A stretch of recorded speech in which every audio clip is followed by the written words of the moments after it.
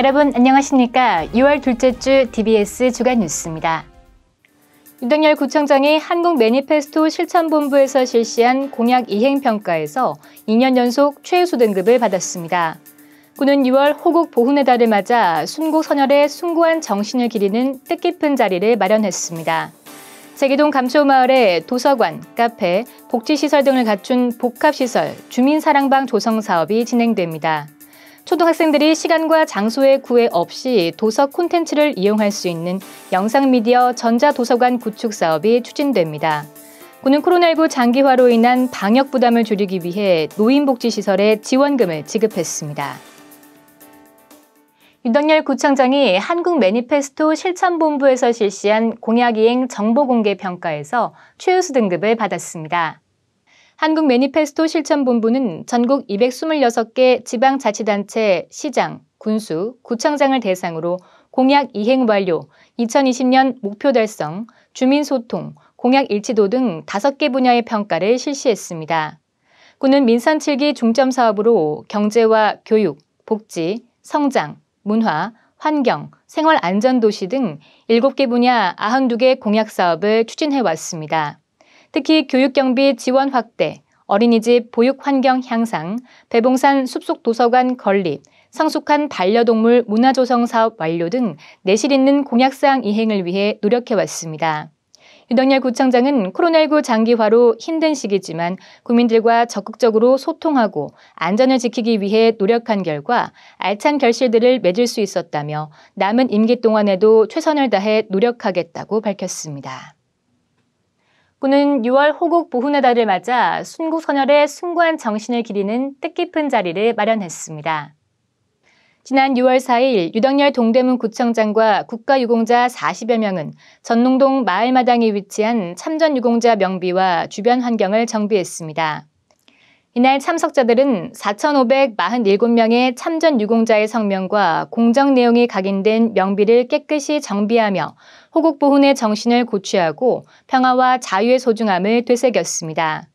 참전유공자 명비는 6.25 전쟁과 월남전에 참전했던 동대문구 출신의 참전유공자에 대한 미국 헌신의 정신을 기리고 미래 세대의 안보의 중요성을 인식시키고자 2014년 12월 서울시 최초로 도심지 내에 건립되었으며 2015년 5월 현충시설로 지정됐습니다.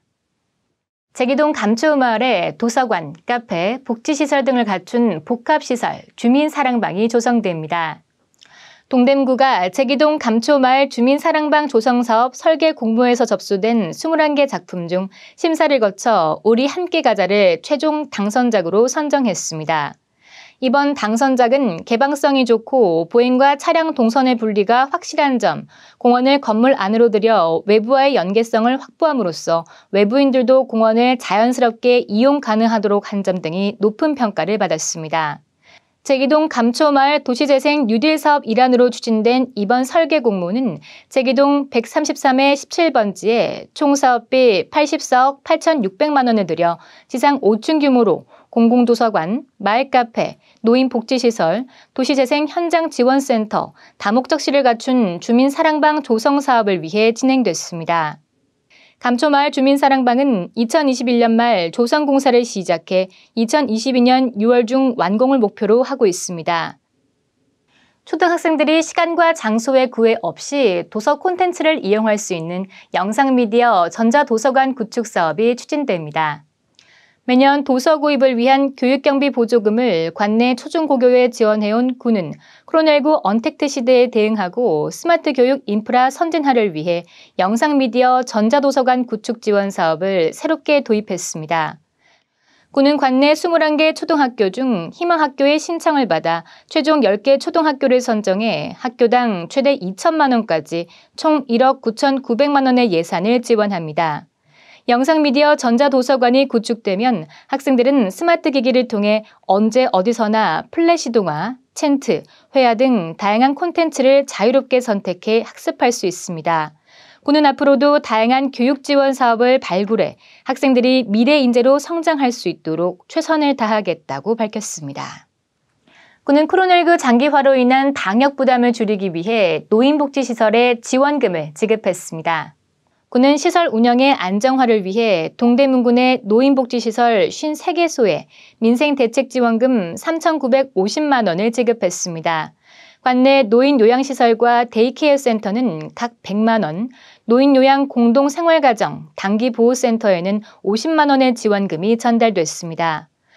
또한 노인복지시설 이용자가 감염병 고위험군인 점을 고려해 12월까지 방역 지원에 나설 계획입니다. 군은 어르신들이 보다 안전한 환경에서 요양 서비스를 받을 수 있도록 시설 운영과 서비스 향상을 위해 지원을 아끼지 않겠다고 밝혔습니다. 동대문군은 1차 의료기관과 협력해 지역 내 자살률을 낮추는 생명임 청진기 사업을 추진하고 있습니다. 자살로 사망한 사람 중 50%가 사망 한 달 전 1차 의료기관에 방문한 적이 있다는 연구 결과에서 착안한 것인데요.